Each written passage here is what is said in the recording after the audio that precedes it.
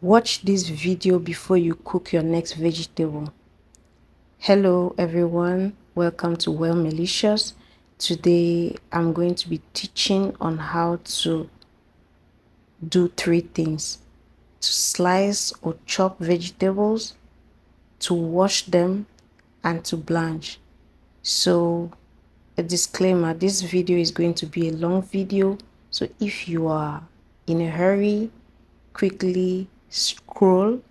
If you already know how to cook, if you already know how to do this, I'm doing it for those who do not know how to cook or know how to do anything as well as I've explained. So but I would really still like you to watch the video to the end. So today we are going to be using this vegetable right here as an example. It is called amaranth leaves. In Cameroon, it is called green. In Yoruba, it is called efotete, and its scientific name is Amaranthus mangastanus.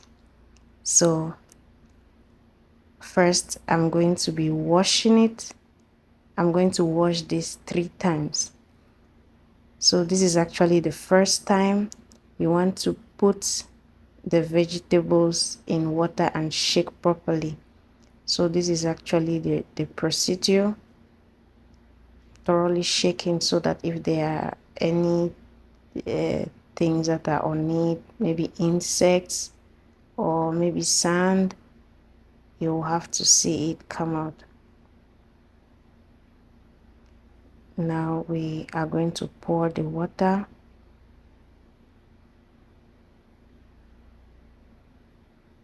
Yeah, so I decided to wash all at the same time so that I'll be able to do it all at once.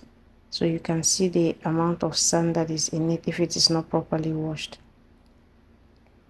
So like I was saying, this vegetable called amaranth leaves or Amaranthus mangastanus is a storehouse of nutrients. As we move along, we are going to be talking about the health benefits of the amaranth leaves, and why not green leafy vegetables in general, because most green leafy vegetables have almost the same nutrients or the same vitamins. So we are going for round 2 of the washing, and we do the same thing. We want to wash in enough water so that it's going to permit the vegetables to soak completely, and then the sand or whatever is on it is going to come out into the water. So this amaranth leaves is a storehouse of nutrients. They are loaded with vitamin A, vitamin C, vitamin K, and vitamin K is a fluid of life clotting factor. I'm not going to call the red fluid's name because of the community. It's also rich in folate, and it supports a very strong immune system. It also promotes healthy vision, and it helps in cell growth and repair. So if you consume this often, you are going to have these benefits. So this video is going to be a long video. I'm actually teaching for those who do not know how to cook, do not know how to wash vegetables, those who do not know how to slice them. This video is for you. So like I'm saying, if you already know how to cook or you already know how to do all of this, this may not be for you, even though I would like you to watch. So we are going to do blanching, and we are going to explain the procedure of blanching. So we have washed 3 times, and you can see how clean the water was. So now we are going to move to the point where we are going to, I'm going to call this sorting, because you do not want to cook the vegetables and not be able to chew them, or not be able to digest them easily with the teeth, and subsequently with your intestines, because it's too hard. So sometimes vegetables, when they stay for a while in the farm, they begin to harden up. So at this point, I kind of like call it sorting, but I'm cutting away the ones that are too hard and trying to, not really taking away all the stalk, but I just wanted to take out the one that is too hard, that is too hard to be digested, or it may not make you very comfortable in eating the soup. So I'm going to talk about blanching. While we are doing this procedure, I'm going to be letting you know what blanching is.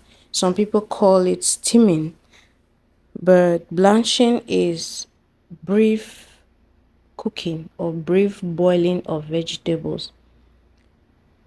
This helps to soften vegetables, and very essentially, it retains the flavor of these vegetables, their color, and also the nutrients. But we have to take note that over blanching can cause the vegetables to lose their quality, while under blanching, if we do not do it well, is also not good, because it's going to cause some enzymes to react. So this is how we are going to be bundling the vegetables to enable us easily slice them. And I had to do this for all the veggies before I begin the slicing process. So I was saying that if you overdo it, you would make the vegetable to lose its color, to lose all the nutrients, the important nutrients that we are saying that they have.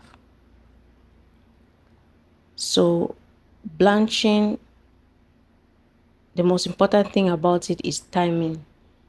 And talking about timing, we are talking about blanching vegetables for few seconds and for very few minutes.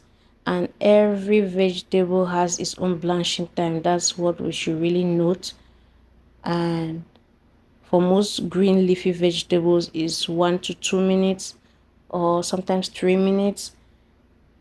For spinach, that's leaves are really soft, you can go for about 90 seconds. For broccoli, for about 30 to 60 seconds. And okra can go for between 2 to 3 minutes.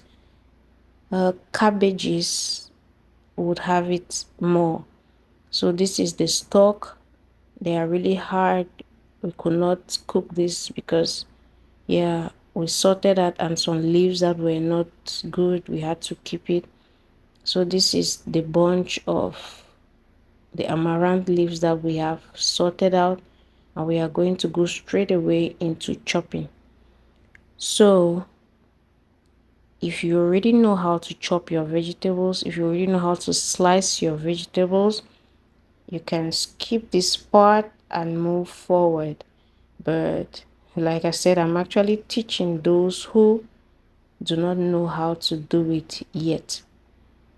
So you want to slice the stalks and make sure that the stalks are sliced in little bits, so that it wouldn't look mushy, or having some ropes in your soup when you finish the procedure.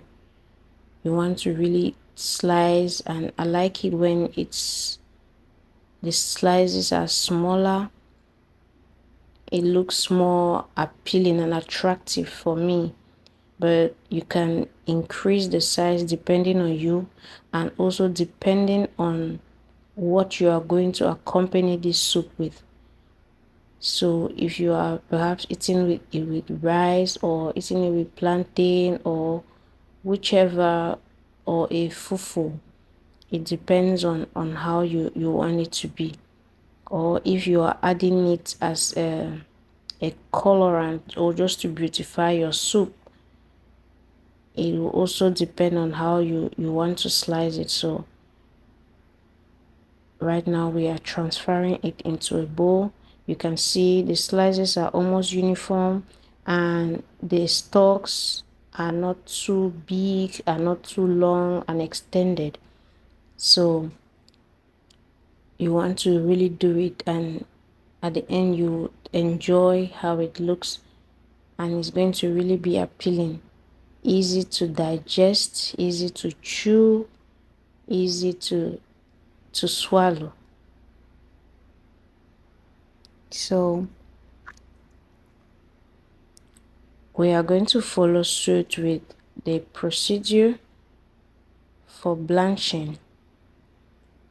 And when all of it is done, we will put some water inside the pot, bring the water to a boil. You want to ensure that the water that is put in the pot is much quantity of water, so that the vegetable is going to be completely immersed inside the water, like the vegetable will completely soaked in the water.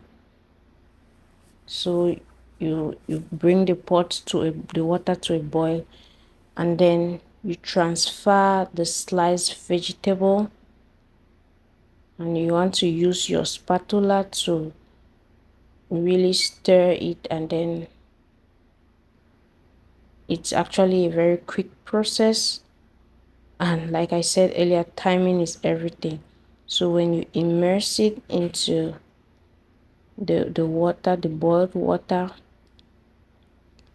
you set your timer. Since it's a green leafy vegetable, you do for 1 to 2 minutes, but for this vegetable I think I timed it for 3 minutes, which is not too bad. But if you want to do for green leafy vegetables, you should do it, be strict on the time. It should be 2 minutes, and you are going to achieve the results, and even better than this one. So after the timing of 2 minutes elapsed, I already prepared some cold water, transferred some ice block in it, like you can see here, and immediately I removed the water. Immediately the 3 minutes elapsed, I turned off the heat source and used a colander to drain the boiled or the blanched vegetable. And then quickly I transferred the ice cold water.